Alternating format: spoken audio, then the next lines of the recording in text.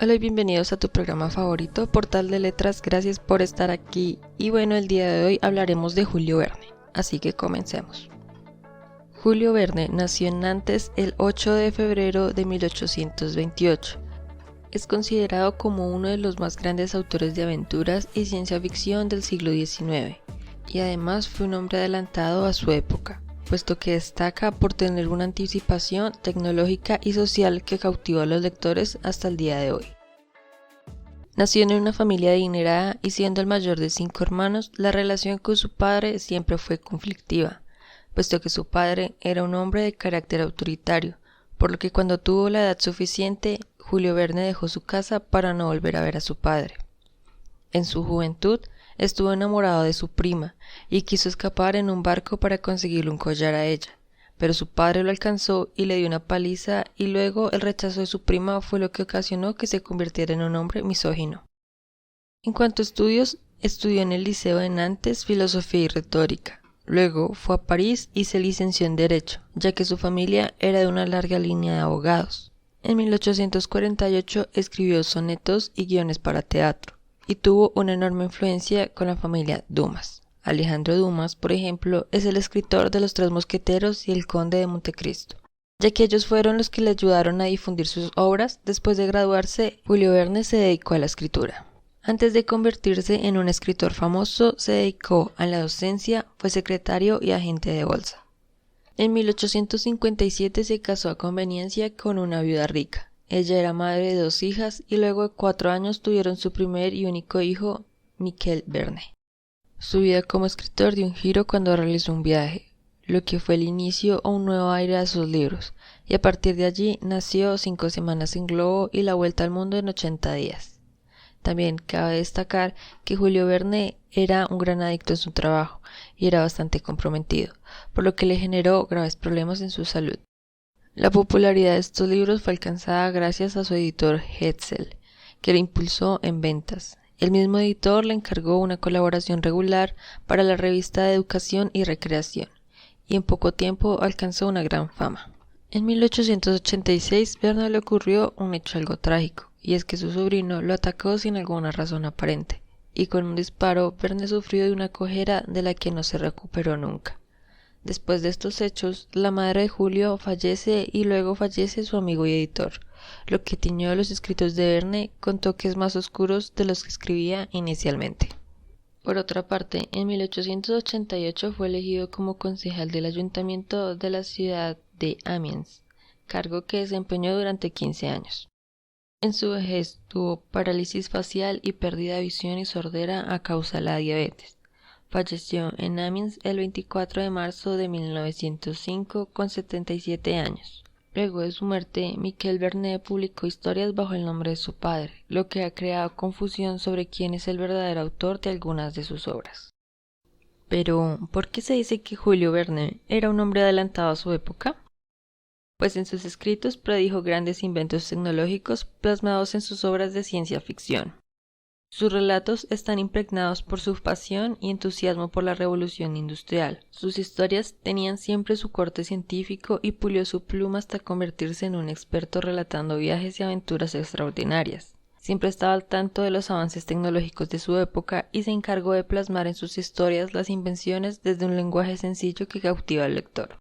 Algunos ejemplos fue la mención del telégrafo en el escrito La vuelta al mundo en 80 días. Aplicó las ciencias como la paleontología, la geología y la mineralogía. Escribió 20.000 leguas de viaje submarino en 1870, una historia sobre cómo una fragata americana busca un animal marino de inmenso tamaño, que al final resulta ser una enorme máquina submarina, invención del capitán Nemo. Y de hecho, este relato inspiró a Isaac Peral, el español que inventó el primer submarino torpedero. También plasmó en sus escritos inventos como las máquinas voladoras. Un ejemplo es el Espanto, aparecido en la novela El dueño del mundo, que era una máquina capaz de viajar por tierra, mar y aire. Máquinas que podían atravesar los cielos y dirigirse hacia el espacio. Se puede ver en su relato De la Tierra a la Luna cómo una nave llamada Columbia fue el vehículo donde se llevó a cabo esta misión, junto con 3 hombres a bordo de la nave. Lo curioso de este relato es que los hechos narrados son en Estados Unidos y no en Francia, donde es originario Julio Verne, ni Inglaterra, la potencia mundial de ese momento. Y no solo eso, sino que además el peso de la nave narrada es bastante similar con el Apolo 11, nave que fue utilizada en Estados Unidos por 3 hombres. Incluso también predijo dónde aterrizaría el Apolo 11 en la Luna, en un lugar llamado el Mar de la Tranquilidad, mismo lugar donde narra que aterrizó la nave en su libro.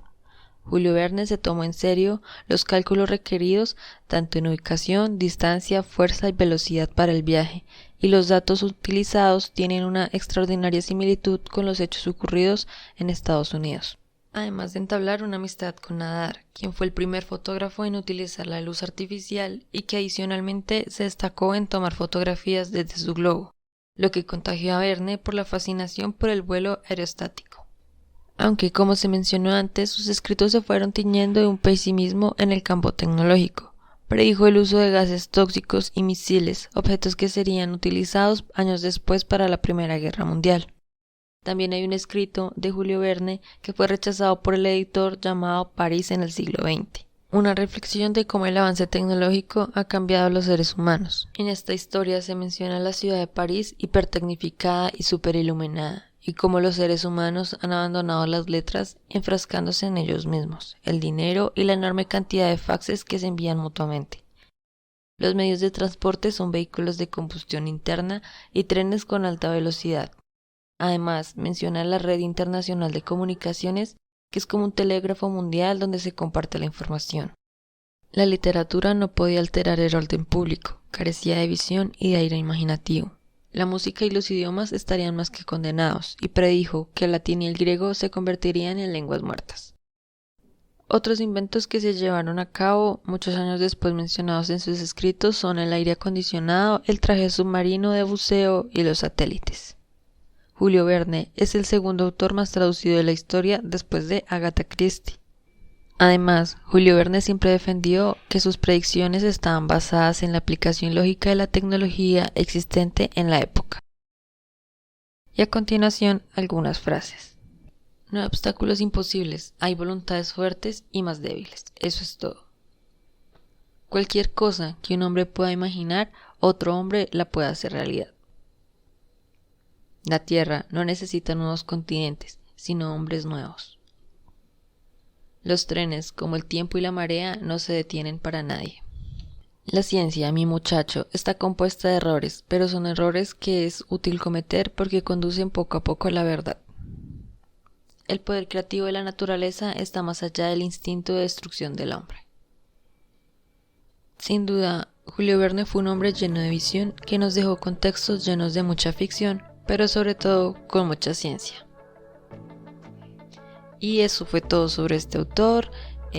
Pues no sé si eres verniano o verniana o un gran fanático de este escritor. Si me equivoqué en alguna parte, pues por favor corrígeme, pues con respeto obviamente. Hasta aquí el podcast, gracias por escucharme. Dime qué piensas en los comentarios, en las redes, suscríbete si aún no lo has hecho. Para ti es un clic, pero pues para mí me ayuda un montón a crecer. Recuerda que tengo blog, redes sociales como Facebook e Instagram. Me puedes encontrar como @portaldeletras. Yo soy Dani y hasta la próxima.